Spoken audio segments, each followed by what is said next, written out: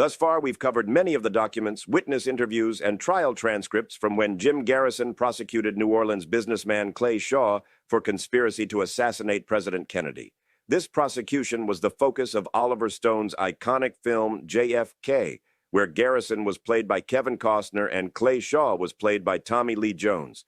The Clay Shaw trial is certainly packed full of information and subplots, enough to cover many, many episodes. But for now, in the interest of keeping things on an even keel, we're just going to cover the greatest hits in the trial of Clay Shaw. In this episode, we try to answer the big questions about Jim Garrison's case. What started it? Who was Clay Shaw? Was he the same person as Clay Bertrand? What was Garrison's theory of the case, and was Garrison able to establish the facts that he set out to prove? On November 25, 1963, the Monday after the assassination and the day after Jack Ruby killed Oswald, Jim Garrison learned about the allegations that were made by Jack Martin after he had been pistol-whipped by Guy Bannister, which was covered previously. Those allegations, which made their way to Garrison's assistant D.A. Herman Coleman, included that David Ferry was involved in the assassination of President Kennedy, specifically as the getaway pilot.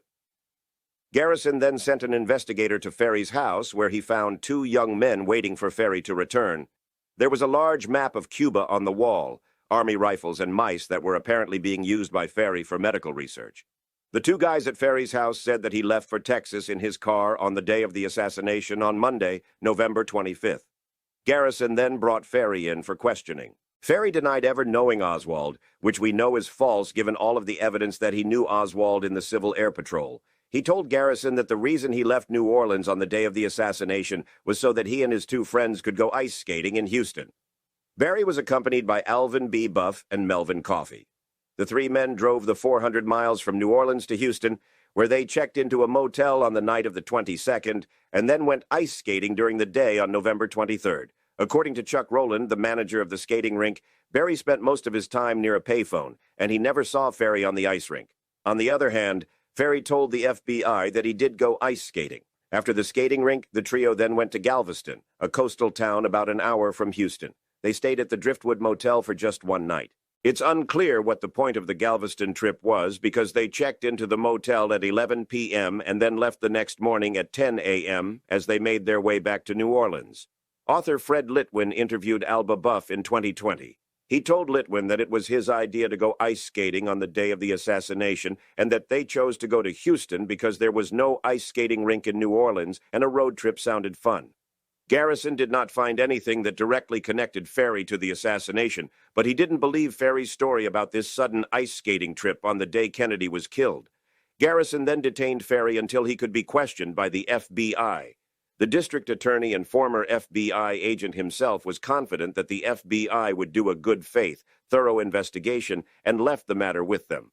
Clay Shaw was born in Kentwood, Louisiana. He eventually attended Columbia University before enlisting in the Army during World War II, where he served honorably in France and Belgium.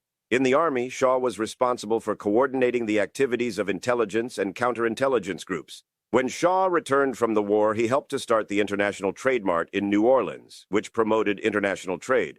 Clay Shaw first appeared on the radar of the CIA on December 13, 1948. His name was on a document that was in relation to a trade exhibit at the International Trade Mart by the Czechoslovakian government. The next year, Shaw was briefed by the CIA before leaving on a 3-month tour of Latin America. When he came back, Shaw provided the CIA with information on Peru, Nicaragua, and Argentina. In 1952, Shaw gave the CIA's Foreign Documents Division a directory of German companies that were doing international business.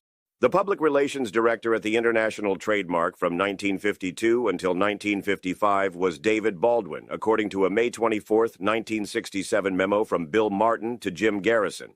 Baldwin was a covert agent of the CIA, the memo says. Quote, "It was told to me that during his employment at the Trade Mart, David Baldwin succeeded in recruiting Clay Shaw for CIA operations, or conversely, that Clay Shaw had already been recruited by the CIA by the time of Baldwin's employment, and that his employment of Baldwin was suggested or sponsored by the CIA.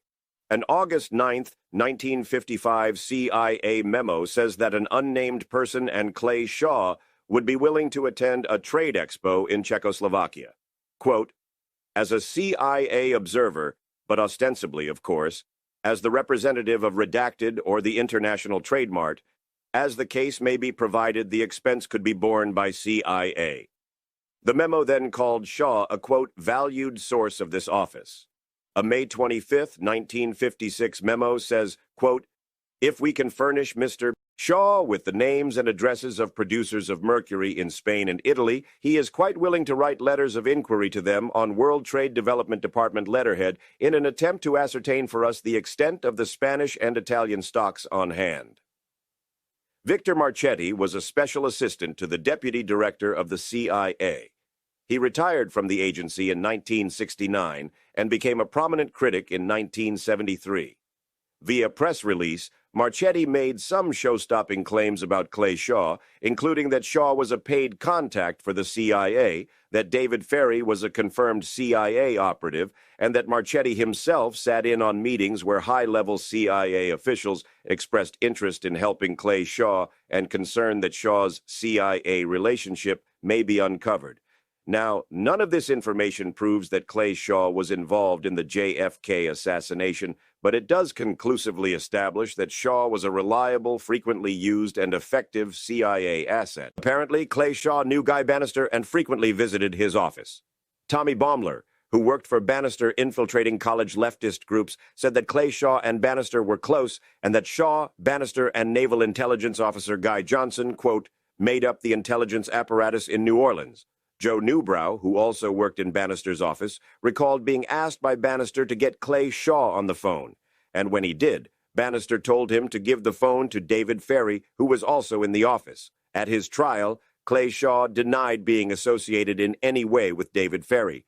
But aside from the witnesses who saw Shaw with Ferry and Clinton and Jackson, there are other people who saw the men together. FBI informant and owner of the Havana bar in New Orleans, Oreste Pena, said that he saw Ferry and Shaw together on many occasions.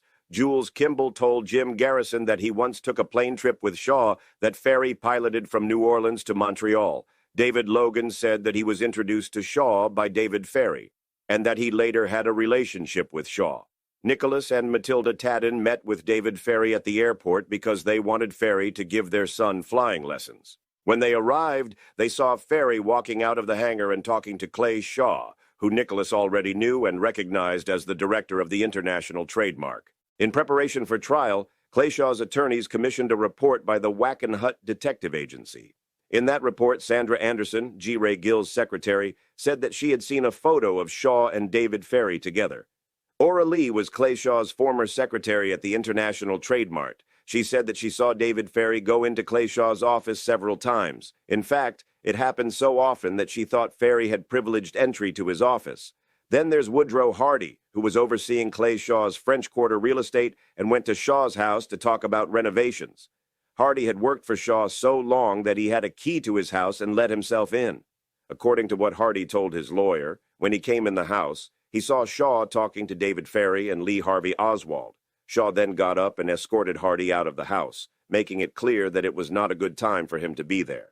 Finally, according to Lillian Moret, Oswald's aunt, who he stayed with when he first arrived in New Orleans, Shaw came to her door asking for Lee in late September of 1963, after Oswald had already left New Orleans. Remember attorney Dean Andrews? He's the lawyer who said that Oswald told him he was being paid by someone to hand out fair play for Cuba flyers. But it turns out Andrews actually had a lot to say about Clay Bertrand. He told the Warren Commission that while he was being treated for pneumonia, he received a phone call in his hospital room from Clay Bertrand. Bertrand then asked Andrews to go to Dallas to defend Lee Harvey Oswald. This call either happened on the day of the assassination or the day after. Andrews said that he thought Bertrand had previously referred work to him, including Lee Harvey Oswald. If this story is true, it makes the identity of Clay Bertrand very important, because he appears to be someone who's close to Oswald.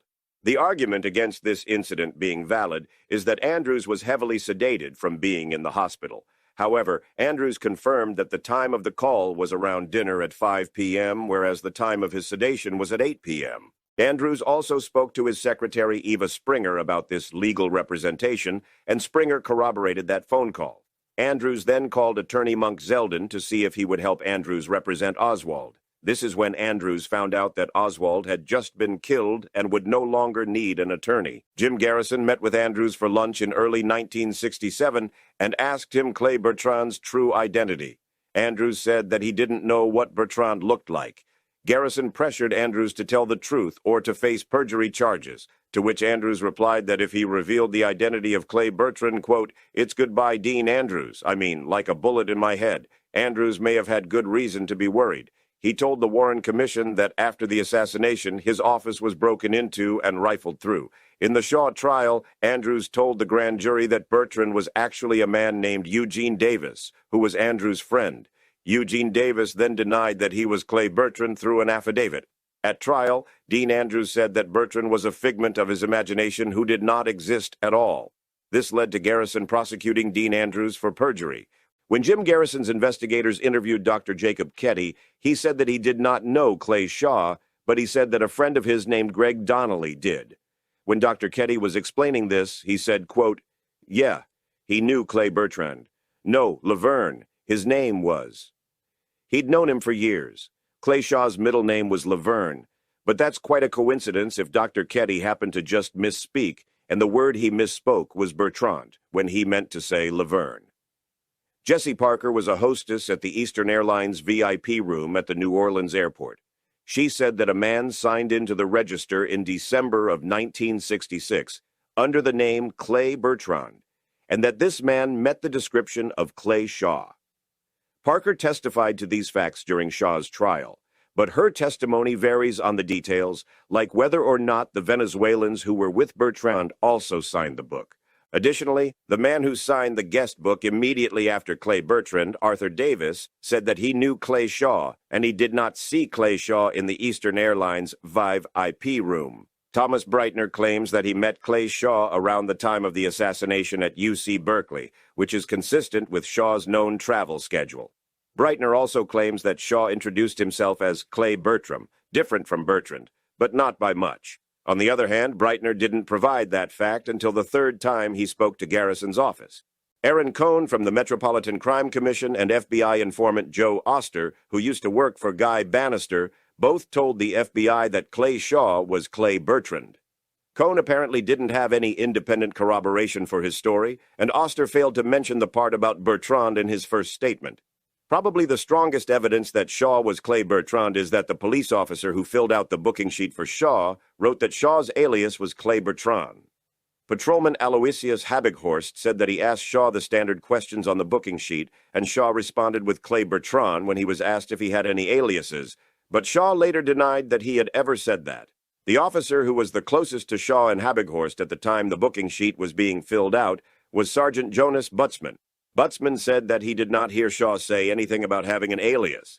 However, Butzman gave conflicting statements about whether or not he was able to hear what Shaw and Habighorst were saying. It's not crystal clear that Clay Shaw was Clay Bertrand. There are enough witnesses for me to believe that Bertrand most likely was Clay Shaw, including most notably the booking officer who documented Bertrand on the booking sheet in the alias section.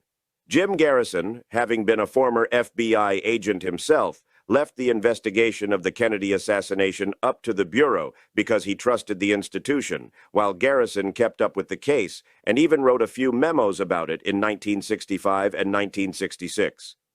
The catalyst for Garrison to pursue the Kennedy assassination in his own backyard was when he sat next to Louisiana Senator Russell Long on an airplane. Senator Long shared aspects of the case with Garrison that he wasn't aware of. This led Garrison to read the Warren Report volumes and books that were critical of the Warren Commission. At the beginning, Garrison's prime suspect was David Ferry, but the focus shifted to Clay Shaw after Ferry turned up dead just as the case was getting started. David Ferry died on February 22, 1967, about 1 week after the news of Garrison's investigation became public.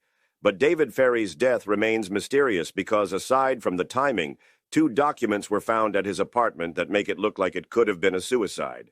There was a will, and a note that hinted at Ferry leaving this world. Garrison said that he wouldn't rule out murder as the cause of death for David Ferry. Lou Ivan, a Garrison investigator, said that Ferry called him the day after the story of Garrison's investigation broke. Ferry told Ivan, quote, "You know what this news story does to me, don't you? I'm a dead man. From here on, believe me, I'm a dead man." Ultimately, Garrison's theory of the case against Clay Shaw was based on testimony from 25-year-old insurance salesman Perry Russo. Russo testified at trial that in September of 1963, he was at a party at David Ferry's house that was also attended by a man named Clem Bertrand, who Russo identified at trial as Clay Shaw, and a man introduced to him as Leon Oswald, who Russo could not identify as Lee Harvey Oswald until facial hair was added by an artist. At which time Russo did say that Leon Oswald was Lee Harvey Oswald. Russo knew David Ferry well. He testified that Ferry had been to his house about a dozen times, and he had been to Ferry's apartment 30 or 40 times. Russo claimed that after everyone else had left the party, he was still there, and he overheard a conversation between Ferry, Shaw, and Oswald about killing President Kennedy, including, quote, the triangulation of crossfire, as well as planned alibis for the participants. Russo claimed that Ferry and Shaw said it was important for them to be in the public eye at the time of the shooting. Ferry said that he would be in Hammond, Louisiana, and Shaw said that he'd be on a business trip on the West Coast. On the day of the assassination, David Ferry traveled to Houston, but he did stop in Hammond on the way back, and Clay Shaw was scheduled to give a speech on the West Coast in San Francisco. Jim Garrison says in his book that he wanted to confirm the veracity of what Perry Russo was saying because he knew that Russo would be a very important witness and that lie detector tests were not reliable. So Garrison chose to use hypnosis and sodium pentothal, which was administered to Russo under close medical supervision. Garrison also pointed out that this practice was completely legit. The two practitioners were both, quote, evaluated by the three-judge panel as qualified experts on truth verification by sodium pentothal and hypnosis. Sodium pentothal is a barbiturate that slows down your higher-level thinking. The drug can effectively work as a truth serum, but there's a major caveat. When you're under the influence of sodium pentothal, you are extremely open to the suggestions of others, which means that there's a good chance that you can just be telling your questioner whatever they want to hear. The biggest issue with Perry Russo's story is the documentation supporting it. In a memo dated February 27, 1967, Assistant New Orleans DA Andrew Chambray memorialized his interview with Perry Russo in Baton Rouge. The memo basically said that Russo knew David Ferry. Ferry knew Cubans and trained in jungle warfare, and that Ferry had been talking about killing the president and how easy it would be. Notably absent from Chambray's first memo was any mention of seeing Leon Oswald or Clay Bertrand. The only character in this first memo is David Ferry.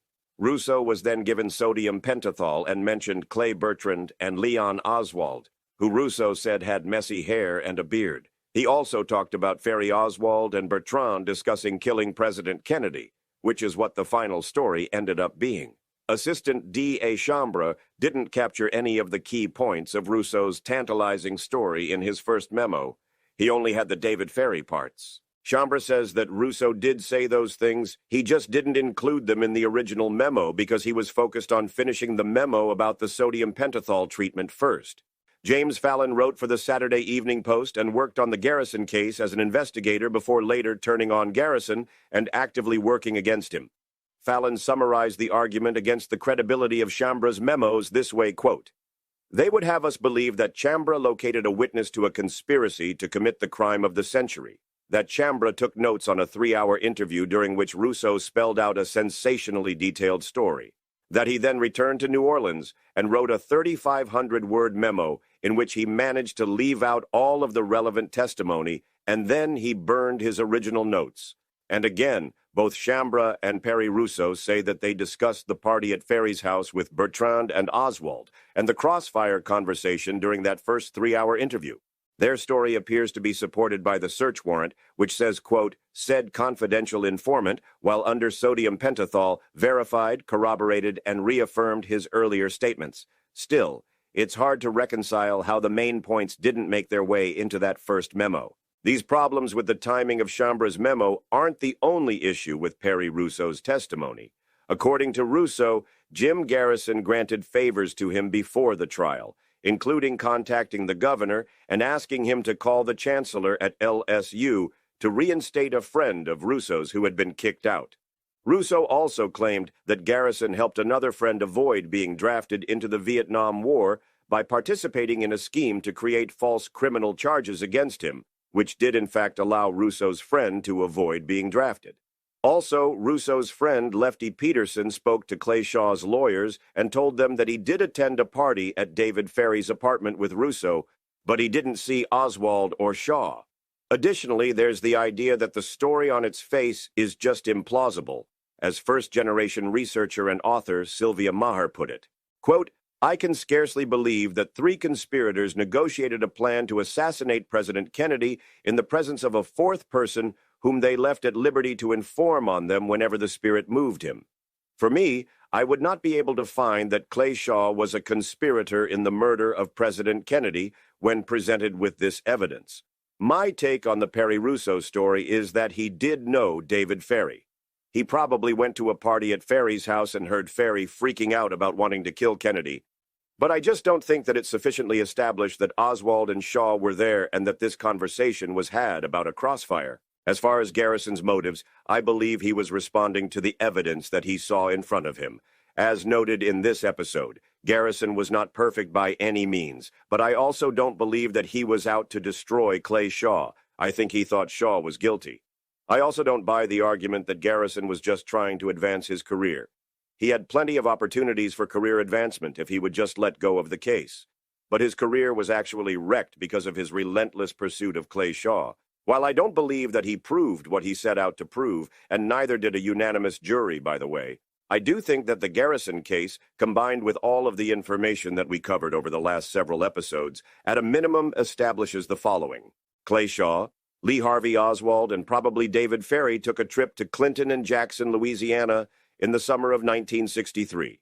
This raises questions about how they knew each other and what they were doing, and there is strong evidence that Ferry knew Clay Shaw. It's highly likely that Clay Bertrand was Clay Shaw.